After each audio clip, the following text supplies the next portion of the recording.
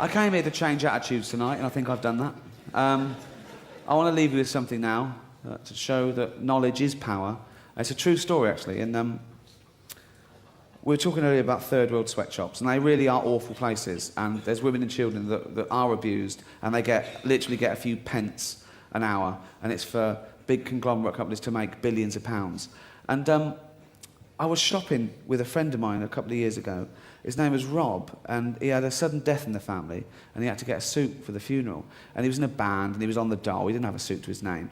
We went to these sort of cheap places in Oxford Street, and one bloke said, "Oh, I've got a lovely suit, £29. And I thought, what is this going to look like? I couldn't wait for him to have to buy the suit. We went over to it, and it was all right, and I was gutted. It was just like a classic sort of dark suit, and it was nice, and it had an electric blue sort of satin lining, and he was made up. So just to piss on his bonfire, I said, well, if it's that cheap, and it's that well made, and it's not in a sale, it means someone's been exploited. He went, what? I went, yeah, it's awful. It's like women and children exploited, and you'd just be adding to the problem, right? And he didn't buy it. And he went and sold a guitar at Record and Tape Exchange and bought a suit for 150 quid. And I felt bad, but then I thought, well, I was probably right. If, you know, they probably have used, like, really awful, cheap labour. And so just by doing that, and even though it's one person's little change, if everyone changed it, then we can all, do you know what I mean, make a difference. Still, 29 quid, though.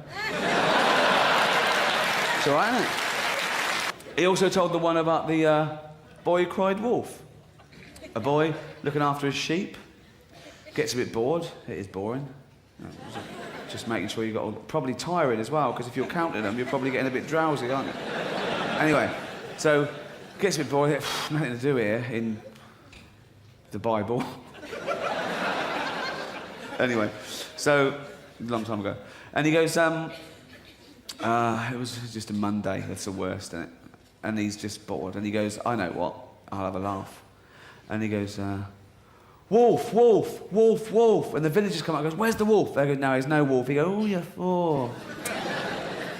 So the next day, he thinks, well, that worked a treat, I'll do that again.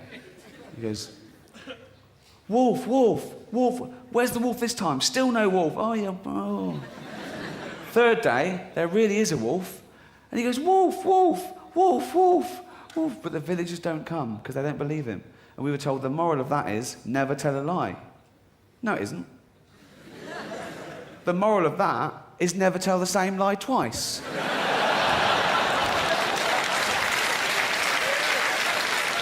Terrible lesson for kids. Nursery rhymes. Do you know, Jack and Jill went up the hill to fetch a pail of water. Jack fell down and broke his crown, which I later learned meant his cranium. I thought his hat fell off or something.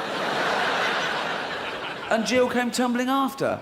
And that is a true fable of the time, of I think the 16th century, about two illicit lovers who used to go up to the hill, out of the sight of the villagers, and have it off behind their spouse's back. What's the moral there? What is that? Don't fuck around with sluts or you get your head caved in. No. I've never worked out what the moral of Humpty Dumpty is. I can only think of don't sit on a wall if you're an egg. How is that applicable to an 8-year-old human? I don't... You in there go, well, what's the moral there? Huh. Don't sit on a wall if you're an egg. What? Of course I wouldn't. How do you mean if you're an egg? It's not going to happen, is it? What? Are there eggs reading that going, I'm just going to jump up there? Fucking hell. Good job. Oh, God. Wait, don't get on there if you're an egg. No, why not? Look, read that. Fuck. Don't send horses to perform medical procedures. Of course they couldn't put him together again. Of course. It's obvious they haven't got the dexterity. It's obvious. I wouldn't have sent them in the first place. No, it was an experiment. Don't experiment. They can't even scrub up. They can't. They haven't got thumbs, let alone opposable thumbs. They couldn't sew to save their life. They couldn't. If I had to design a perfect egg-crushing device, it would be a hoof. Doesn't matter if they're king's horses or Steptoe's horse.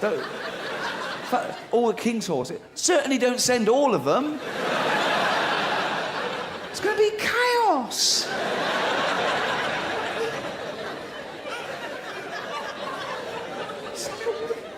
What if we'd have been invaded by France that day? Bloke comes running to the bloke in charge. He goes, "You in charge of all the king's horses and all the king's men?" "Yeah." "Well, the French are coming. What? Where are all the king's horses and all the king's men? The French are coming to Dover. They're quick. Where are they?" "The egg." "What? What? The egg." "What are you talking about?" "I sent them to mend an egg." Are you fucking mental? Are you mental? They can't mend an egg. Oh, no.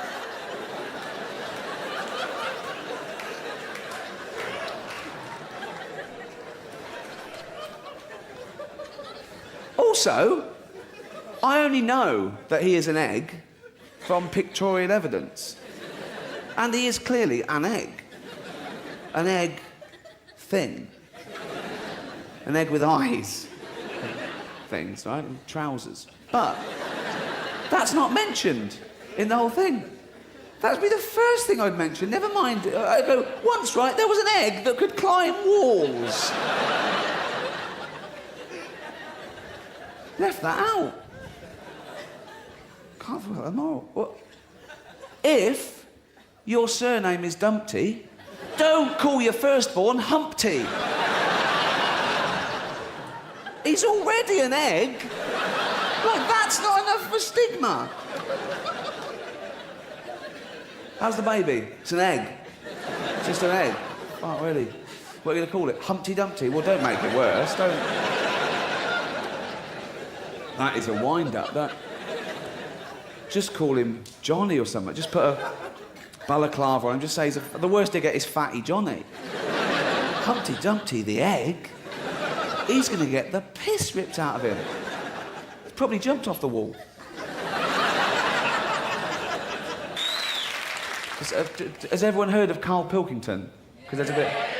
He's my producer on my radio show. I'll just quickly... But for those who haven't heard of him... he's a guy, talking about attitudes, he's a man whose attitude hasn't changed from about the age of 5. He's from Manchester, and you can ask him anything and he's got an opinion on it. It's usually, it were rubbish, but... Right, example, okay. Well, just, I tell him about doing this show. I said I'm doing a show called Politics. He went, "Why?" And you can't answer it. And he said, "You want to talk about that David Blunkett?" I went, "Why? What's he done?" He went, "Oh, he's up to his old tricks again." He's only gone and banned people having sex in public, hasn't he? And I went, "Well, yeah, but surely that's a good thing, Karl." And he went, "Yeah, but would he have done it if he could see?" And there's a twisted logic, you know.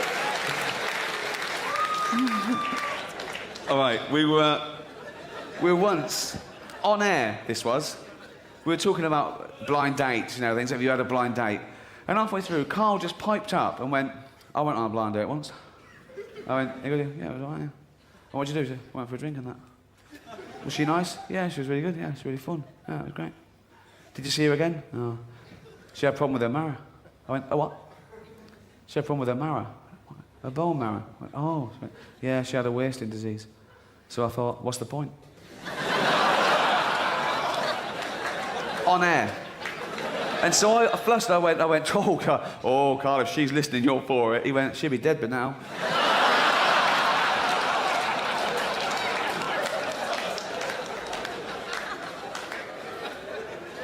Unbelievable.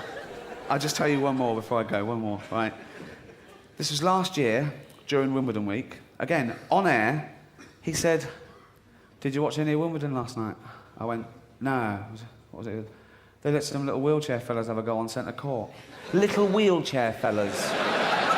No irony, right? And I went, "Oh, right, yeah. Any good?" He went, "No, they're rubbish." I went, "Why?" He went, "They couldn't get a rally going." And I went, "Well, Karl, to be fair, they're in chairs on grass." He went, "Don't put it on telly then." And on air. And I went, oh, wow. I said, everyone's entitled to be, you know, well, yeah. Well, let them do something they can do then. And I went, foolishly, I went, like what? And he said, swing ball. Thanks very much. Good night. Thank you. Thank you.